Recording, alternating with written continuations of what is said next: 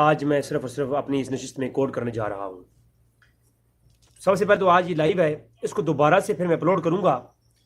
جب دوبارہ اپلوڈ ہوگا تو انشاءاللہ اس کے اندر میں سکین بھی لگا دوں گا۔ لائیو میں تو سکین دکھانا مشکل ہو جائیں گے، کیونکہ لیپ ٹاپ سے میں جو ہے وہ سکین دکھاتا ہوتا ہوں تو ذرا مشکل ہوتا ہے۔ کتب تو پاکستان میں ہیں، یہاں پر لیپ ٹاپ کے ذریعے ہی مدد لی جاتی ہے۔ جی وعلیکم السلام، ایک بھائی نے سلام پیش کیا ہے، بہت شکریہ۔ تو ناظرین، اپنی گفتگو کا آغاز کرتے ہیں۔ سب سے پہلے میں نے کچھ حضرات، کچھ بھائیوں کا جو اعتراض ہے کہ ابو بکر صدیق رضی اللہ تعالی عنہما کے حکم سے عمر فاروق رضی اللہ تعالیٰ عنہما نے اما فاطمہ سلام اللہ علیہا کے گھر پر حملہ کیا تھا، تو یہ ایک بہت بڑا بہتان جس کے اوپر میری بہت تفصیل گفتگو آ چکی ہے، تو اس کے کمنٹس میں بہت سارے سوالات ہیں۔ انشاءاللہ تبارک و تعالیٰ میں نے کہا تھا کہ انشاءاللہ میں ایک بڑے طویل سوالات اور جوابات کا ایک سیشن ہمارے ایک بھائی کے ساتھ ہونے جا رہا ہے، تو اس کے اندر انشاءاللہ وہ سارے تفصیلی گفتگو ہوگی۔ آج میں تمہیداً یعنی آج گفتگو ان سوالات کے جوابات دوں گا جو کمنٹس میں آتے ہیں۔ تو سب سے پہلے کہا یہ گیا کہ اما فاطمہ سلام اللہ علیہا کا جو گھر جلانے والا واقعہ ہے وہ سنی کتب میں ایک درجنوں کتب میں موجود ہے۔ تو میں نے کہا بھائی اس پہ میرے آلریڈی کلپ آ چکے ہیں، تو جی وعلیکم السلام اذان صدیقی صاحب اور دیگر جی بھائی جان آپ کو سوال ہے؟ جی آپ حکم فرمائیں، ضرور آپ سوال کریں۔ تو اچھا، اب جو ہے اس گھر کو جلانے والی جو روایت ہے اہل سنت کی درجنوں کتب میں موجود ہے، لیکن میں نے بتایا تھا کہ ان کی بیسک جو کتب ہیں ان سے لی گئی آگے علماء نقل کرتے رہے ہیں۔ تو بیسک مسلم ابن ابی شیبہ یا امام مسعود جو ہے المعجم الکبیر اور کنز العمال اور دیگر کتب تاریخ طبری اور الانصاب الاشراف علامہ بلازری کی ان کتب کے اندر موجود ہے۔ تو ان کے جوابات میں نے دیے تھے، بڑے ڈیٹیل کے ساتھ دیے تھے الحمدللہ۔ تو آج بھی میں انہی کے کچھ سوالات کے جوابات کے اوپر ہی بات کریں گے۔ سب سے پہلے میں آپ کو بتا دوں کہ بہت سارے علماء نے یہ واقعہ رضوی بھائی علامہ مسعودی کی مسند ابن شیبہ اور تاریخ طبی اور دمشق، جی میں ابھی انشاءاللہ اس کی بات کرنے جا رہا ہوں میرے پیارے بھائی، آپ نے شکریہ، آپ نے سوال کیا، انشاءاللہ میں ابھی کرتا ہوں۔ جی ضرور میں ابھی جواب دیتا ہوں۔ سر علامہ مسعودی کی کتاب کے اوپر میرا کلپ پورا موجود ہے کہ علامہ مسعودی وہ اہل سنت میں سے تھے ہی نہیں، ان کو سنی کہہ کر کے ان کتاب والا جات پیش کرنا تو یہ بالکل میں سمجھتا ہوں حماقت ہوگی۔ علامہ مسعودی نے اس کو اپنی ایک کتاب مروج الذہب جو لکھی معاون الجواہر کے اندر جو ہے کچھ ثقیفہ کے بارے میں، اس کے بارے میں نقل کیا، اور علامہ مسعودی کی ایک اور کتاب ہے میں اس کے بارے میں بتا دیتا ہوں آپ کو۔ تو علامہ مسعودی نے اثبات و وسیعہ ملل والنہا لسان المیزان وغیرہ میں ابو بکر کا جی بالکل، یہ بھی میں انشاءاللہ آج جواب دوں گا۔ جی ضرور، یہ آپ کے جو سوالات آئے ہیں میرے خیال میں آج ان دونوں پہ بھی میں بات کر لوں تو یہ بھی کافی ہے۔ تو میرے پیارے اور محترم بھائی بہت شکریہ، آپ نے سوال کیے، انشاءاللہ یہ سوالات کے جوابات میرے لیے آسانی ہو جائے گی۔ میں وہی جو اکٹھے کی ہوئی ہیں سوال ان میں سے آپ نے تو بہت سارے سوالوں کو اکٹھے کر دیا۔ چلیں انشاءاللہ سب سے پہلے تو اثبات الوسیعہ کے اندر جو ہے علامہ مسعودی کی جو کتاب ہے اس کے اندر واقعہ موجود ہے، یا مروج الذہب کے اندر ہی موجود ہے واقعہ۔ تو جہاں تک ہے علامہ مسعودی کی مروج الذہب کے اندر ہی لکھا ہوا ہے کہ علامہ مسعودی معتزلہ فرقے سے تعلق رکھتا تھا، معتزلی تھا، اور پھر علماء نے اس کے خلاف ایکشن لیے کہ یہ شیعہ اور معتزلی شخص ہے، لہذا علامہ مسعودی جو ہے وہ اہل سنت میں سے نہیں ہے۔ اس پر ایک درجنوں روایات میں لنکس دے دوں گا، جو دوبارہ یہ ویڈیو اپلوڈ کروں گا نا تو میں نیچے لنکس دے دوں گا ڈسکرپشن میں، میرے اس کے اوپر ایک طویل گفتگو علامہ مسعودی کتاب، علامہ مسعودی کون تھا، اس کے اوپر ایک میری آ چکی ہے، اور اس کی کتاب مروج الذہب اور اثبات و وصیت کے اوپر میری ڈیٹیل گفتگو آ چکی ہے۔ اچھا یہ وائس کلیئر آ رہی ہے نا میری؟ کوئی ایشو تو نہیں ہے؟ یہ بتا دیجیے گا۔ اچھا، تو بات ہو رہی تھی کہ مروج الذہاب کی. یہ جو سکیفہ والا معاملہ مروج الذہاب کے اندر موجود ہے، پہلی بات تو یہ ہے کہ یہ واقعہ بغیر سند کے ساتھ موجود ہے. اب میں یہاں پر دو ٹوک بات کر کے ساری گیم ہی ختم کرنے لگا ہوں نا.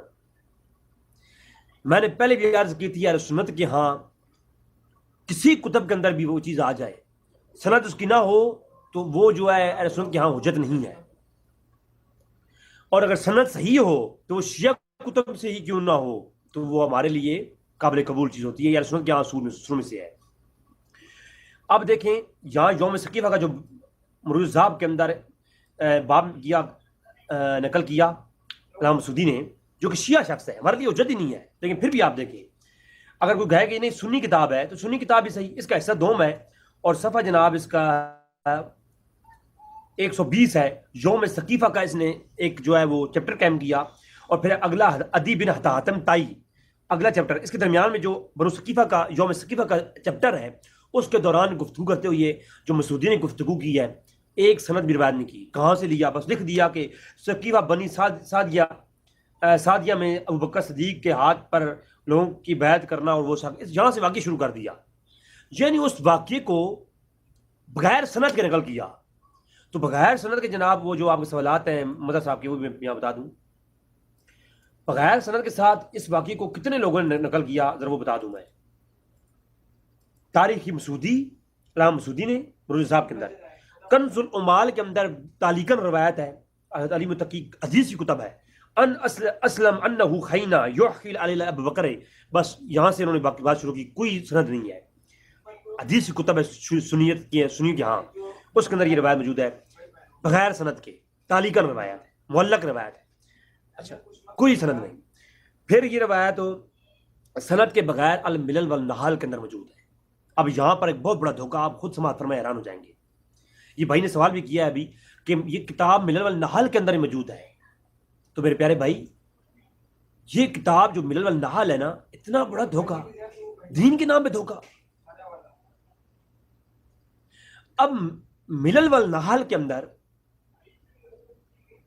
جو یہ بات واقعہ لکھا گیا ہے، یہ اس کا واقعے کو لکھ کے اس کا رد کیا گیا. تو جہاں واقعہ لکھا گیا نا تو وہ لوگ دکھاتے ہیں دیکھو جی اس کتاب کے اندر موجود ہے. بھائی موجود کیوں ہے یہ بھی دیکھو. پھر آپ نے کہا کہ حضرت لیپ ٹاپ سامنے رکھ لیتے ہیں لیکن وہ تھوڑا ایشو ہو جاتا ہے نا، کیونکہ تھوڑا اس کے یہ دیکھیں یہاں پر نظر آ رہا ہے. تو ملل والنحال کے اندر جو یہ واقعہ موجود ہے نا، یہ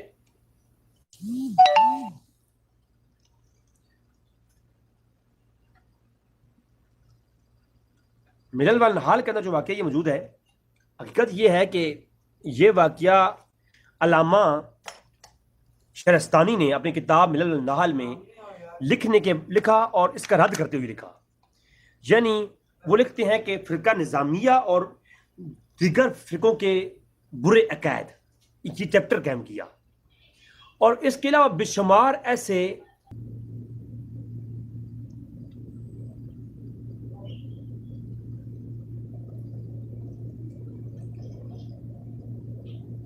اچھا، تو بات کیا ہو رہی تھی جناب کہ یہ جو واقعہ ملل والنحال کے اندر علامہ شہرستانی نے لکھا ہے نا، یہ واقعہ بغیر سند کے ساتھ ہے ایک تو. پھر دوسری عرض یہ ہے کہ علامہ شہرستانی اس واقعے کو گمراہ فرقوں کے عقائد بیان کرتے ہوئے لکھتے ہیں. علامہ شہرستانی گمراہ فرقوں کے عقائد بیان کرتے ہوئے لکھتے ہیں کہ جو معتزلی ہیں اور نظامیہ ایک فرقہ ہے، اس فرقے کا گمراہی فرقہ ہے، ان کا ایک الگ شیعہ کی گمراہ فرقے بھی لکھے ہیں انہوں نے، لیکن شیعہ کے گمراہی کا انہوں نے عقیدے بیان کرتے ہوئے یہ واقعہ ذکر ہی نہیں کیا، کیونکہ یہ واقعہ شیعہ کے یہاں تھا ہی نہیں. شیعہ بھائیوں کو تو یہ غلط فہمی ہوئی ہے اور شیعت کے اندر تو یہ واقعہ ڈال دیا گیا ہے. یہ معتزلہ کا عقیدہ تھا. انہوں نے یہ کہا کہ جی عمر فاروق نے گھر جلایا تھا، یہ لکھا انہوں نے، اور کہا کہ یہ معتزلہ کا جھوٹا واقعہ ہے. تو اس واقعے کا رد کرتے ہوئے علامہ شہرستانی نے ملل والنحال کے اندر یہ واقعہ لکھا، اور لوگ بیچارے وہاں سے دکھا کے کہتے ہیں دیکھیں جی علامہ شہرستانی سنی کتاب میں یہ واقعہ موجود ہے. بھائی یہ لکھ کر کے اس کا رد کیا ہے، لسان المیزان، میزان الاعتدال، ان تمام کتب کے اندر یہ واقعہ موجود ہے اور وہ اس کا رد کرتے ہوئے لکھا گیا ہے. بات سمجھ آ رہی ہے نا؟ یہ سمجھنے بات. اچھا اب اگلی بات، یہاں ہمارے بھائی نے جو سوال کیا تھا، میں چیک کر لوں سوال کیا تھا وہ مزید. تو یہاں بھائی نے کیا تھا سوال کہ اچھا ملل نال کا نثار میزان اور ابوبکر کا پچھتاوا، ابوبکر پچھتاتے تھے کاش میں نے مفادمہ کے گھر پہ حملہ نہ کیا ہوتا. سر یہ اللہ کا نام ہے، یہ روایت کدھر ہے؟ تاریخ دمشق کے اندر یہ روایت موجود ہے، اور جہاں پر عتیق ابن عثمان اور ابوبکر صدیق خلیفہ رسول کا یہ باب ہے تاریخ دمشق کے اندر. اس کے اندر لکھتے ہیں فَأَمَّا ثَلَاثَةٌ فَعَلْتَهُنَّ فَدْوَتْ إِنِّي تَرَكْتَيْنِ إِنِّي يَوْمَ السَّقِيفَةِ بنی سعد القید. یعنی پورا واقعہ بیان کر کہتے ہیں کہ وَأَمْكَانُ أَحَدُهَا، یعنی ابوبکر صدیق رضی اللہ عنہ پچھتاوا ظاہر کرتے ہیں. یعنی آپ دیکھیں کہ تاریخ دمشق کے اندر یہ واقعہ موجود ہے بغیر کسی سند کے، سند ہی نہیں ہے، بس کہاں کس سے. یہ جو ہے تاریخ دمشق لکھنے والے امام جو تھے وہ 571 ہجری میں گزرے ہیں، اور 571 سال پہلے یہ واقعہ پیش آیا. کس نے کس کو بیان کیا، کہاں سے کس کو ملا، بس لکھ دیا لوگوں نے تاریخوں کے اندر. تو تاریخی بات بھی ہو، سند نہیں ہو تو اس سے کوئی ویلیو نہیں ہے.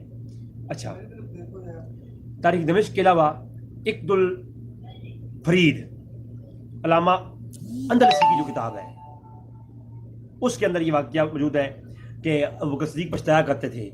سر اس کے اندر بھی کوئی سند نہیں ہے. علی ابن عباس، زبیر، سعد ابن عبادہ، یہ تمام لوگ جو ہے موجود تھے، اور یہ جو ہے پھر وہ بیعت حتیٰ کہ فاطمہ علیہ کے گھر پہ حملہ ہوا تھا. وہ سارا واقعہ لکھنے کے بعد آخر میں لکھتے ہیں کہ وہ صدیق اس کو پچھتاوا کرتے تھے. یعنی وہی جو سنی بات تھی اس کو نقل کر دیا، کوئی دلیل نہیں، کوئی جو ہے سند نہیں. اور جناب اور مزے کی بات، ان تمام دیگر کتب میں بھی اس کا رد کرتے ہوئے علماء نے لکھا ہے اس کو، نہ کہ اس کو دلیل کے طور پر یا اس کی سند کے ساتھ پیش کیا کہ اس بات صحیح ہے. حدیث المختارہ، تو المختارہ کے اندر بھی جناب یہ واقعہ موجود ہے کہ ابو صدیق پچھتایا کرتے تھے، کوئی سند نہیں، بس نقل کرنے میں لکھ دیا، نقل کر دیا. علاء النساء، تو امر رضا کا حالانکہ یہ کتاب ہے، میں تو خیر کے اوپر تھوڑا ڈاؤٹ بھی کرتا ہوں، لیکن جو ہے اس کے اندر یہ پورا واقعہ موجود ہے کہ حضرت عباس، حضرت علی اور دیگر لوگ ہم نے گھر میں بیٹھے تھے تو یہ سرا ہنگامہ ہوا. کوئی اس واقعے کو کیا، اس واقعے کو انہوں نے نقل کہاں سے کیا؟ تمام یہ لوگ سند کے بغیر بات کو لکھ کر کہتے ہیں ہم نے واقعہ یہ نقل کیا الامام والسیاسہ سے. اور امام قتیبہ کی الامام والسیاسہ پر میرا پورا کینڈل کلپ آ چکا ہے، آپ دیکھیں، میں لنک بھی دے دوں گا. کہ وہ کتاب الامام والسیاسہ قتیبہ کی ہے ہی نہیں، تو وہ آلریڈی آ چکا. تاریخ طبری کے اندر بھی یہ واقعہ موجود ہے سر، تو اس کے اندر بھی کوئی اس کی سند نہیں ہے، انہوں نے بھی کوئی کہاں سے اٹھایا، وہ کہاں سے اٹھا کے لکھ دیا. دیگر کتب کے اندر بھی یہ بات موجود ہے. تو کہنے کا مطلب اور مقصد یہ ہے کہ کنز العمال اور دیگر کتب کے اندر، تاریخ یعقوبی کے اندر اور دیگر اس طرح کی کتابوں کے اندر بغیر سند کے ساتھ واقعہ نقل کیا گیا. بغیر سند کے ساتھ روایات پہ اگر تحمل کرنا لگ جائیں اور اس پہ عقیدے بنانا لگ جائیں تو پھر شیعہ کی کتب میں تو بھری پڑی ہیں ایسے واقعات. تو صحیح سند روایت جو ہوتی ہے شیعہ سنی کے یہاں یہ اصول ہے کہ اس سے ہی عقیدہ لیا جاتا ہے، نہ کہ آپ اٹھا کر کے کسی بھی ضعیف سند کے اوپر بات کریں. ٹھیک ہے، یہ ہو گئی آپ کسے، یہ بات ہو گئی یہاں پر اینڈ کرتے ہیں. اب میرے بھائی کا ایک اور سوال تھا یہاں پر، وہ میں دیکھ لوں ذرا. اچھا علامہ مصنف ابن ابی شیبہ کی، یہاں پر ایک بات کرتے چلوں. تاریخ سنی اور شیعت کے اندر دو روایتیں ایسی ہیں، ایک سنیوں کے ہاں جو تھوڑی سی حد تک پہنچتی ہیں، اور ایک شیعہ کے ہاں جو شیعہ کے اسماء و رجال کے بارے سے صحیح سند کے ساتھ تک کتاب ہے. وہ پہلے شیعہ کی بات کرتے ہیں. یہ شیعہ کی کتاب ہے علامہ، شیعہ کی بات کرتے ہیں کہ شیعہ کے ہاں یہ روایت، شیعہ جو اسماء و رجال ہیں ان کے ہاں یہ روایت جناب صحیح سند کے ساتھ ایک جگہ موجود ہے. اب آپ پتہ ہے ایمانداری کی حد دیکھیں، میں شیعہ کی کتب سے جو وہ روایات پیش کرتے ہیں ساری ضعیف ہیں، میں آلریڈی بتا چکا ہوں. اور سنیوں کی کتابوں میں بھی یہ روایت ضعیف سند کے ساتھ موجود ہے. سند صحیح کے ساتھ یہ روایت اشارتاً شیعہ کتب میں کہاں ہے ذرا وہ میں دکھانے لگا ہوں اور اس کا جواب بھی دوں گا. دلائل الامامہ. دلائل الامامہ کسی کتاب ہے؟ شیعہ کے یہاں بڑی معتبر کتاب ہے اور اس کا مصنف ہے امام طبری. ایک امام طبری سنی ہے اور ایک امام طبری شیعہ ہیں. جو شیعہ امام طبری ہیں یہ ان کی کتاب ہے.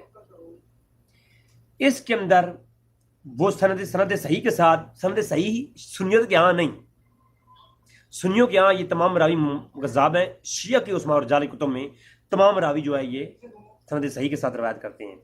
یعنی حدثنا ابو حسن محمد بن ہارون بن موسیٰ وہ بیان کرتے ہیں قال حدثنی ابی، وہ اپنے باپ سے روایت کرتے ہیں. قال یعنی اپنے باپ ہارون بن موسیٰ سے، اور ہارون بن موسیٰ بیان کرتے ہیں حدثنی ابو علی محمد بن حمام بن سہیل، اور پھر وہ بیان کرتے ہیں قال روی احمد بن محمد بن برکی سے، وہ روان کر ان احمد بن محمد العشری قمی سے، ان عبد الرحمن بن ابی نجران سے، ان عبداللہ بن سنان سے، ان ابی مسکان سے، ان ابی بصیر، ان ابی عبداللہ جعفر بن محمد قال ولدت فاطمہ فی جماد الاخر یوم العشرین منہ سنۃ الخمس والاربعین من مولدہ النبی صلی اللہ علیہ وسلم، کہ فاطمہ کی ولادت کب ہوئی وہ بیان کرتے ہیں. پھر کہتے ہیں وقبضت فی جماد الاخر یوم ثلاث الخلون منہ سنۃ الاحد عشر من الحجر، کہ اما فاطمہ کی وفات کب ہوئی وہ بیان کرتے ہیں.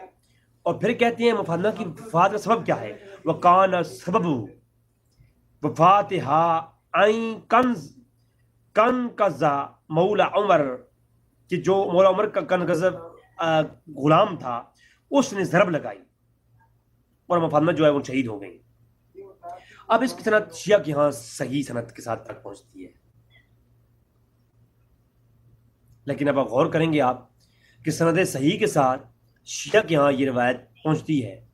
لیکن حیرانگی کی بات یہ ہے، دیتا ہوں سنیوں کے ہاں آئیں، سنیوں کے ہاں مصنف ابن ابی شیبہ کے اندر ایک روایت ہے جو سندی اعتبار سے صحت تک علماء نے اسے پہنچایا ہے. بعض نے حدثنا محمد بن بشیر، مصنف ابن ابی شیبہ 38200 روایت کا نمبر ہے اور یہ کتاب المغازی ہے. حدثنا محمد بن بشیر حدثنا عبداللہ ابن عمر حدثنا زید بن اسلم عن ابی اسلم انه خینا، یعنی پورا روایت جو آگے وہ پیش کی جاتی ہے وہ مغزوبہ واقعہ وہ ہے کہ اما فاطمہ کو دھمکی دی، اور جب دھمکی دی تو کیا آخری لفظ ہیں کہ پھر اما فاطمہ نے کہا کہ اے ابو بکر، اے علی، آپ جائیں اور جا کے بیعت کریں. اور عمر بڑے غصے میں تھے تو حضرین گئے اور فوراً جا کے بیعت کر لی. جب جا کے بیعت، اس روایت کو صحیح ماننا ہی ہے تو یہ بات مان لو کہ بیعت کر لی تھی اور اس کے بعد ہنگامہ نہیں ہوا تھا. دھمکی کے بعد بیعت ہو گئی تو پھر ہنگامہ نہیں ہوا، بات ختم ہو گئی. اب بات رہی دھمکی کی تو وہ بات میں اس میں کرتا ہوں بات. اچھا، دھمکی کی بات کی جائے تو یہ روایتیں اب میں وہ پیش نہیں کرنا چاہتا ورنہ ناسبی حضرات اس کو لے لیں گے. حضور نے بخاری میں فرمایا کہ علی، نام لے کر فرمایا علی میری عائشہ کے بارے میں نرمی سے کام لینا. لیکن مصنف ابن ابی شیبہ کے اندر روایت ہے کہ حضرت علی نے کہا، دھمکی دی جنگ صفین کے موقع پر، اے عائشہ آپ لوٹ آئیں اور اس لشکر کا ساتھ نہ دیں ورنہ میں آپ کی طرف ایسی عورتیں بھیجوں گا جو آپ کو نوچنے والی، آپ کو نوچ نوچ کے مار ڈالیں گی. تو حضرت علی نے دھمکی دی اور مار ڈالنے کی، قتل کرنے کی دھمکی دی. اور ادھر بخاری میں ہے فرمایا تھا اے علی تم جو ہے، اب یہ روایت میں دکھاتا نہیں ہوں کیونکہ ناسبی حضرات اس کو لے لیں گے، تو میں اس روایت کے اندر بھی ادب سمجھتا ہوں، گستاخی نہیں سمجھتا. دھمکیوں سے جو ہے فتوے نہیں آتے شریعت کے سامنے. بعض جب کسی کے پاس کوئی روایت ہوتی ہے تو وہ اس کے تحت کسی کو بھی وہی سنا سکتا ہے، وہ ایک الگ موضوع ہے. اچھا، مصنف ابن ابی شیبہ کے اندر یہ روایت موجود ہے، سند صحیح کہا گیا ہے، بعض علماء نے سے کہا ہے. لیکن اس کے اوپر اور شیعہ کی کتاب دلائل الامامہ کے اندر یہ دونوں روایتیں ہیں. دلائل الامامہ شیعہ کے اندر جو روایت موجود ہے اس کے اندر حضرت عمر کا ذکر نہیں کہ حضرت عمر نے جو ہے حکم دیا اور حضرت عمر نے یہ کام کروایا ہے. بس مولا عمر کے لفظ موجود ہیں، اتنا موجود ہیں کہ مولا عمر کے، یعنی عمر کے غلام نے کی وجہ سے فاطمہ السلام اللہ علیہ شہید ہوئی، لیکن صرف اتنا موجود ہے، اس کے زیادہ کچھ موجود نہیں ہے۔ تو سر جب اس کے زیادہ موجود نہیں ہے تو ہمیں بھی سوچنا چاہیے نا، ہم خود سے تو نہیں گاڑ سکتے نا، کسی پر فتوی نہیں لگا سکتے، لہٰذا حضرت عمر کے غلام نے عمل کیا ہے تو آپ غلام پر بھی تنقید کریں نا، حضرت عمر بھی تنقید کیوں کرتے ہیں؟ نمبر 1۔ نمبر 2، سنیت کے ہاں یہ روایت اجت نہیں ہے، سنیت کو آپ تنو تشریح کرنے کے لیے آپ کو سنیت کی طرف سے سند صحیح روایت پیش کرنی ہوگی۔ نمبر 3، یہ روایت شیعہ کے ہاں روایت شاذ ہے، اس کے اوپر کوئی شواہد نہیں ہے، بس ایک سند ملتی ہے، وہ بھی اتنا صرف لفظ ہیں، وَقَانَ سَبَبُهَا فَاتِحَا فاطمہ کا وفات کا سبب یہ ہے کہ اِنَّهُ کَنْکَزًا مولا عمر، بس اتنی لفظ ہے کہ اما فاطمہ کی وفات کا سبب ان کا غلام بنا، بس اس کے علاوہ کوئی لفظ نہیں ہے۔ تو اب آپ مجھے بتائیں اس روایت پر ابوبکر صدیق پر اعتراض کیسے کیا جا سکتا ہے؟ بات سمجھ آ رہی ہے نا؟ اور اگلی بات، یہ روایت شاذ ہے، اس کا کوئی اور ترک نہیں، کوئی اور ثبوت نہیں، کوئی اور اس کا کوئی بھی صحیح سند سے روایت موجود نہیں، روایت شاذ ہے، اور روایت شاذ ضعیف کی اقسام حدیث کی قسموں میں سے ایک قسم ہوتی ہے، اس سے احتجاج نہیں کیا جا سکتا، اس سے عقیدہ نہیں لیا جا سکتا، تو لہٰذا یہ روایت بھی من گھڑت ہے، اس سے کوئی نہیں ہے۔ اب آتے ہیں اس سند کی طرف، مسند ابن ابی شیبہ کی روایت کی اور بات کرتے ہیں۔ تو مسند ابن ابی شیبہ کی جو روایت ہے اس میں راوی ثقہ ہیں، لیکن راوی ثقات کے ساتھ ساتھ سند کے اوپر اور بھی نگاہ ڈالنی پڑتی ہے، یہ روایت بھی روایت شاذ ہے، اس کے ساتھ کوئی صحیح سند کے ساتھ کوئی روایت بھی واقع نہیں ملتا، تو اپنے اعتبار سے روایت شاذ ہونے کے اعتبار سے اسے احتجاج نہیں کیا جا سکتا۔ پھر دوسری بات، یہاں پر ایک راوی ہے زید بن اسلم جو کہ حضرت عمر کے غلام ہیں، ثقہ راوی ہیں، اب یہ کہتے ہیں میں نے ان ابی ہی اپنے والد سے سنا، اور جو اسلم ہیں ان کے بارے میں آپ حیران ہوں گے،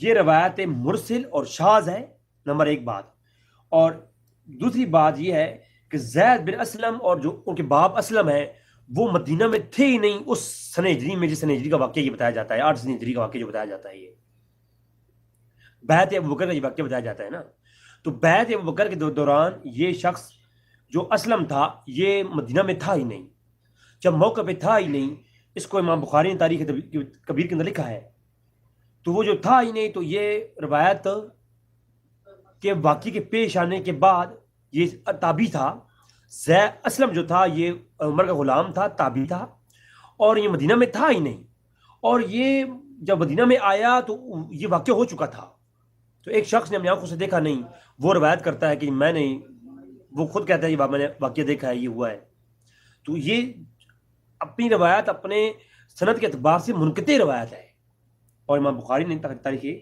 کبیر کے اندر اس کو میں تھوڑا دکھا دیتا ہوں کہ وہ بھائی کہہ رہے تھے، یہ آپ دیکھ سکتے ہیں، یہ تاریخ ہے کبیر ہے امام بخاری کی، اور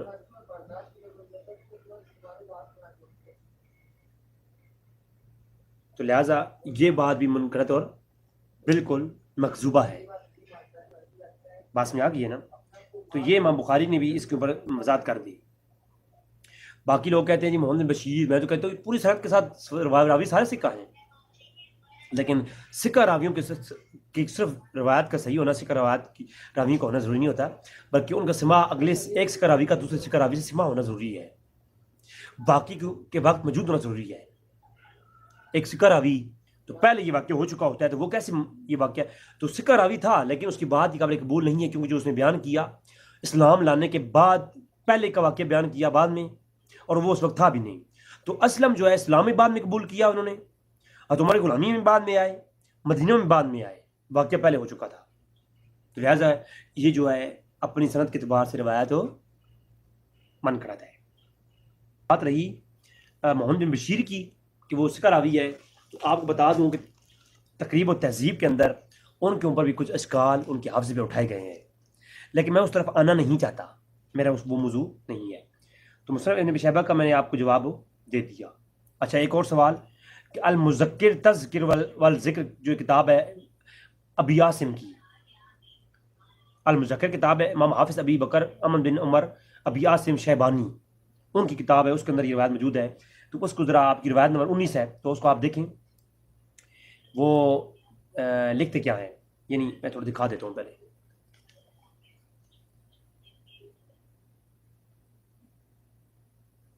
تو اس کے اندر آپ دیکھیں کہتے ہیں حدثنا ابو بکر بن ابی شیبہ، روایت نمبر 19 ہے. دیکھتے ہیں ابو بکر بن شیبہ سے ہم نے سنا، وہ بیان کرتے ہیں کہ محمد بن بشیر، اور آگے وہی سند، بات ہی ختم ہو گئی. جب مصنف ابن شیبہ سے یہ روایت لی گئی ہے تو مصنف ابن شیبہ کی روایت کی ہم نے بات کر دی، تو آگے اس کو جو مرضی ضرور نقل کرتے رہیں. تو اصل روایت مصنف ابن شیبہ میں ہے، یہ تاریخ طبری میں ہے. آگے لوگ ادھر سے اٹھا کے نقل کرتے رہے ہیں، انصاب الاشراف میں ہے، وہاں سے نقل کرتے رہے ہیں. آل امام السیاسہ میں یا دیگر کتابیں پیش کی جاتی ہیں. ساری کتابیں آپ دیکھیں تو یہ واقعی کہاں سے لیا گیا؟ بیسک کی بنیادی 3 کتابیں ہیں جہاں سے لیا گیا. اور جب بنیادی کتابوں سے ہم نے ثابت کر دیا کہ روایتیں من گھڑت ہیں، آگے ان کو جتنی مرضی نقل کرتے رہو، ہمیں اس کا سروکار ہی نہیں ہے.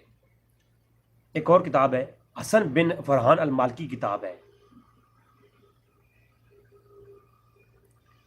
تو العقائد قطب العقائد، قواعد القطب العقائد کی جو بہت بڑی کتاب ہے حسن بن فرحان المالکی، یہ میں نے لیا کہاں سے ہے؟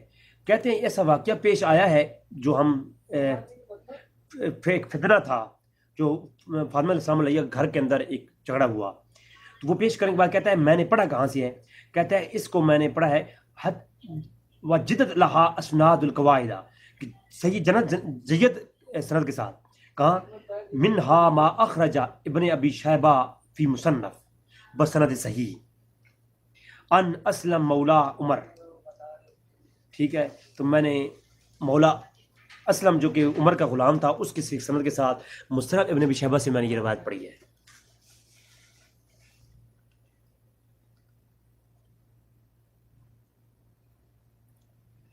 تو جناب اب مجھے آپ بتائیں تو یہ روایت بھی کہاں سے لی گئی؟ مصنف ابن شیبہ سے.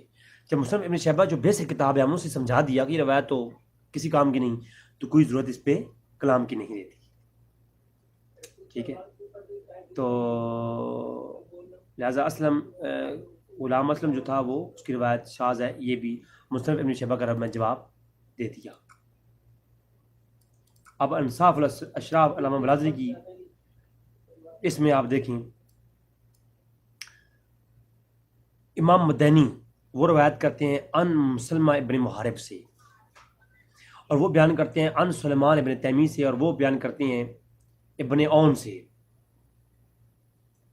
میرا اس پہ پورا کلپ آ چکا ہے، لنک مجھے دے دوں گا. اس کے اوپر میں نے انصاف الاشراف کے اوپر پوری وضاحت کے ساتھ گفتگو کر دی ہے کہ سلیمان ابن اون کا جو ہے سند وفات اور مسلمہ بن محارب جو کہ سند کے اندر 2 راوی ہیں، ان کا آپس میں سند وفات چیک کریں تو درمیان میں 50 سال کا گیپ ہے. 50 سال پہلے ابن اون وفات پا گئے تھے مسلمہ بن محارب کی پیدائش سے پہلے. تو روایت منقطع ہے.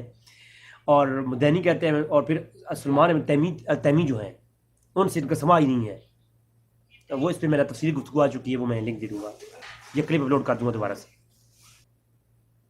ہاں، المعجم الکبیر امام طبرانی، اس کے اندر ابو صدیق کی وہ روایت کے وہ کہتے ہیں میں کاش اپنا گھر نہ جلایا ہوتا. اچھا جی، اس کی روایت پر پہلے ہم پڑھتے ہیں، سند پڑھتے ہیں. امام طبرانی المعجم الکبیر، اس کا پہلی جلد صفحہ 62 اور روایت کا نمبر ہے 43. حدثنا ابو زمبا روح بن فرج المصری سنا سعید ابن عفیر حدثنی الوان ابن داود حنبلی. اب الوان بن داود کی جو روایت میں پہلے پیش کر چکا ہوں، الوان کا نام میں نے لیا ہے، یہ الوان متفق علیہ تمام اسماء و رجال کے ہاں ضعیف راوی ہے. حنبلی ان حمید، وہ حمید سے بیان کرتے ہیں. تو حمید جو راضی ہے ابن ان حمید لکھ دیا. اب یہ حمید لوگ جو ہے ہزاروں حمید ہیں. کون سا حمید ہے؟ تاریخ طبری کے اندر بھی اس حمید کی ہی سے روایت ہے. تو یہ بھی یا تاریخ طبری والے نے ادھر سے لی ہے یا انہوں نے ادھر سے لی ہے. تو حمید کی سند سے تو حمید الرازی جو شخص تھا وہ یہاں پر تو رازی نہیں لکھا ہوا لیکن یہاں حمید الرازی ہے. تو یہ جو ہے ان حمید بن عبد الرحمن، حمید بن عبد الرحمن بن عوف، تو یہ جو ہے یہ ضعیف راوی ہے. ٹھیک ہے، تمام علماء کی متفقہ ہے. ان صالح بن کیسان ان حمید بن عبد الرحمن ان عوف ان ابی ہی کہ پھر واقع سارا انہوں نے باقی بیان کیا ہے. تو المعجم الکبیر کی جو روایت ہے یہ کیا ہے؟ یہ سخت ترین ضعیف ہے. اور اس کے نیچے تخریج کرتے ہوئے لکھا گیا ہے وفی علوان بن داؤد الحنبلی ہوا ضعیف، اور اس کو روا ابو نعیم فی الحلیہ کے اندر کہتے ہیں. امام ابو نعیم نے کہا فی الحلیہ کے اندر یہ روایت بیان کرنے کے بعد یہی والی کہا کہ جی علوان بن داؤد کون ہے؟ ضعیف ہے. بلکہ میں آپ کو سکین دکھا دیتا ہوں.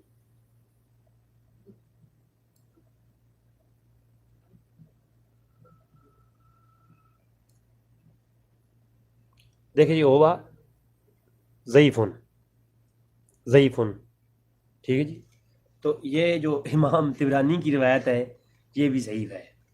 ٹھیک ہے جناب، المعجم الکبیر امام طبرانی. اور کچھ سر؟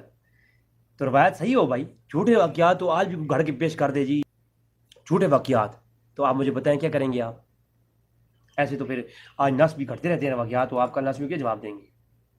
لہٰذا ہمیں تحمل کے ساتھ یہ چیزیں سمجھنی چاہیے. تو آخری کتاب کا بات کرتے ہیں، پھر جلد چاہوں گا. امام طبری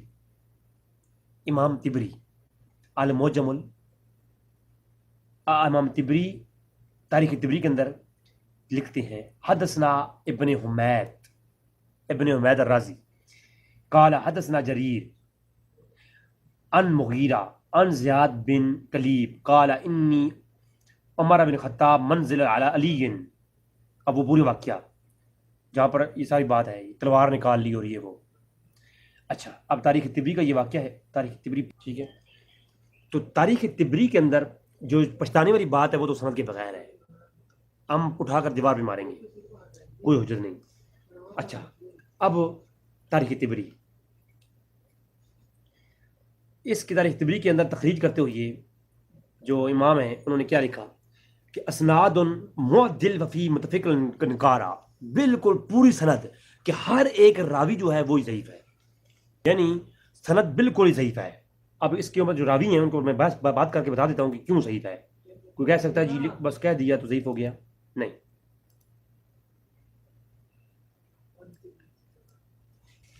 اس میں ایک روایت میں راوی ہے جریر، جس کا نام ہے جریر بن حازم.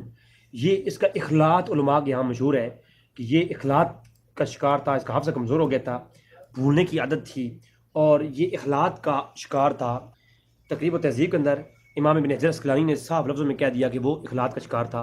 تو ایک راوی گیا، درمیان والا مرکزی راوی تو گیا. اچھا اب دیکھیں جی، مغیرہ اس میں تھا، ان مغیرہ تھا ایک، یعنی مغیرہ بن مقسم. یہ مغیرہ بن مقسم کے بارے میں تقریب و تہذیب میں کیا ہے کہ یہ تدلیس سے جب روایت کرے تو اس کی روایت ہو قابل قبول نہیں ہے. ٹھیک ہے جی، تدلیس سے روایت کرے تو کیا ہے؟ روایت قابل قبول نہیں ہے. اچھا، مغیرہ بن مقسم تہذیب الکلامہ مزی میں بھی یہی بات لکھی ہے، جب یہ مغیرہ بن مقسم جو ہے تدلیس کرے تو اس کی روایت کسی اعتبار سے نہیں ہوگی. تدلیس کیا ہے اور مدلس راوی کون سا ہوتا ہے وہ اس کو میری تفصیلاً گفتگو آ چکی ہے، یوٹیوب پر آپ وہ دیکھ سکتے ہیں. اچھا، پھر یہ دو راوی گئے، تیسرا راوی تھا زیاد بن کلیب.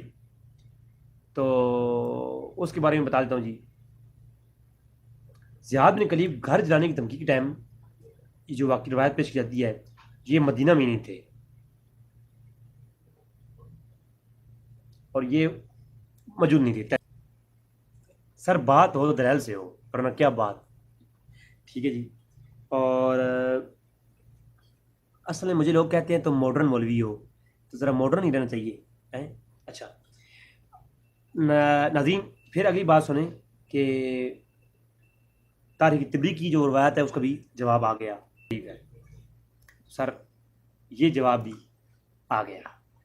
لہٰذا اب میرے خیال میں کچھ بچا نہیں ہے جسے دکھایا جائے اور میں آپ لوگوں کو بتاؤں کہ یار. اور پھر احتجاج تبرسی پڑھ لیں. اس پہ تو علماء شیعہ نے اپنی اپنی گفتگو جو کرتے ہوئے کہا ہے کہ حضرت علی کے اوپر جو ہے خلفائے ثلاثہ نے کوئی ظلم نہیں کیے. یہ ساری من گھڑت باتیں ہیں، ایسا کچھ بھی نہیں، ثابت نہیں ہے سند صحیح کے ساتھ. علماء احتجاج کے اندر علامہ تبرسی نے کہا، دیگر علماء نے کہا ہے. اچھا، الامام السیاسہ کتبہ کتاب پیش کی جاتی ہے، سر سند کے بغیر ہے. وہی واقعات جو کتبہ کتاب میں الامام السیاسہ میں پیش کی جاتے ہیں بالکل اس پہ سند ہے. ٹھیک ہے، تو یہ جو ہے بالکل بھی پسند روایات ہے.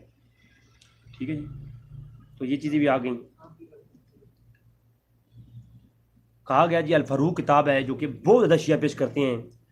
عمر فاروق کی سوانے علامہ شبلی نعمانی کی. تو وہ جناب وہ اہل سنت تو ہیں لیکن وہ دیوبندی ہیں. میں کسی کا دفاع دیوبندی بریلی کا نہیں کرتا. میں تو آپ کو حقیقی بات اہل سنت کی منہج بتاؤں گا.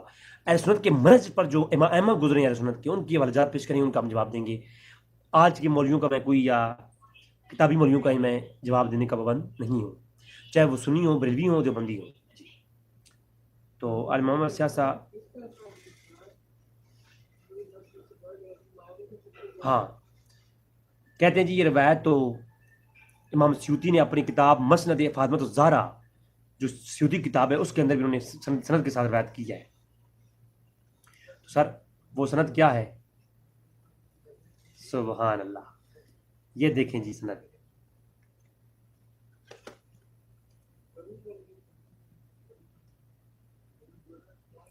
امام سیوطی نے رحمہ اللہ تعالیٰ انہوں نے اس باقی کو اسلم سے روایت کیا کہ یہ وہی مصنف ابن ابی شیبہ والی پوری روایت یہاں کاپی کی اور نیچے لکھا کہ یہ جو روایت ہے اس کو مصنف ابن ابی شیبہ نے، انصاب الشاہ بلازری نے اور دیگر کتب روایت میں موجود ہے جسے شیعہ اپنا موقف لیتے ہیں. یہ روایت لکھنے کے بعد شیعہ کا رد کیا، حالانکہ یہ روایت اس طرح کی نہیں ہے جس طرح کہ شیعہ لیتے ہیں، اس پر وضاحت کی. تو اس روایت کو امام سیوطی نے لکھا ہے، اس کی وضاحت بھی کی ہے اور بتایا بھی ہے کہ سند کے اعتبار سے ضعیف روایت ہے. جب مصنف ابن شیبہ کا جواب میں نے دے دیا تو آگے سیوطی لکھیں یا کوئی بھی علامہ صاحب کوئی بھی اہل سنت کے معتبر عالم لکھیں تو ان کو بعد میں دیکھا جائے گا. جب سند جہاں سے موجود ہے، جڑ ہی غلط ہے تو جڑ سے آگے جو علماء نقل کرتے رہیں ان میں باتیں کرتے رہیں وہ تو جڑ ہی نہیں ہے. جی، تو کہتے ہیں شاہ ولی معزز دلی نے لکھا ہے اس کو احساس الخفاء کے اندر. تو سر شاہ ولی معزز دلی اہل سنت کے جو ہے وہ عالم نہیں ہے کہ ان کو حجت مانا جائے. ٹھیک ہے جی.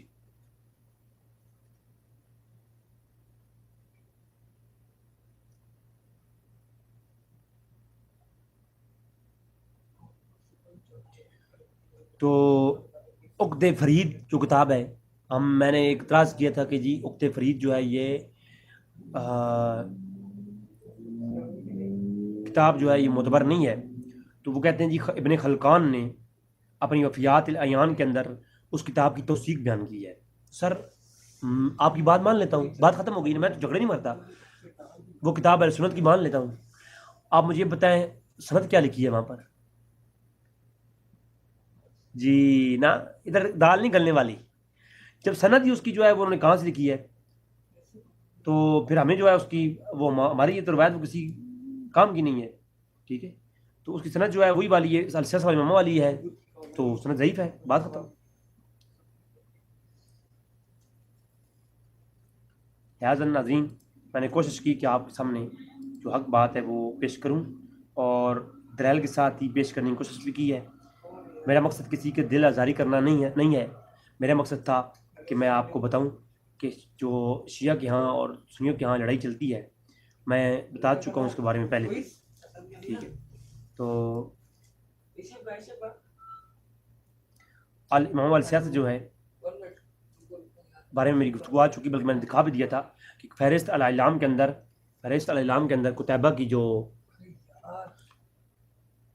فہرست ہے اس کے اندر صاف لکھا ہوا ہے کہ ابن قتیبہ کی جو کتاب ہے امام السیاسہ ہے وہ ان کی طرف منسوب ہے، ان کی اپنی نہیں ہے.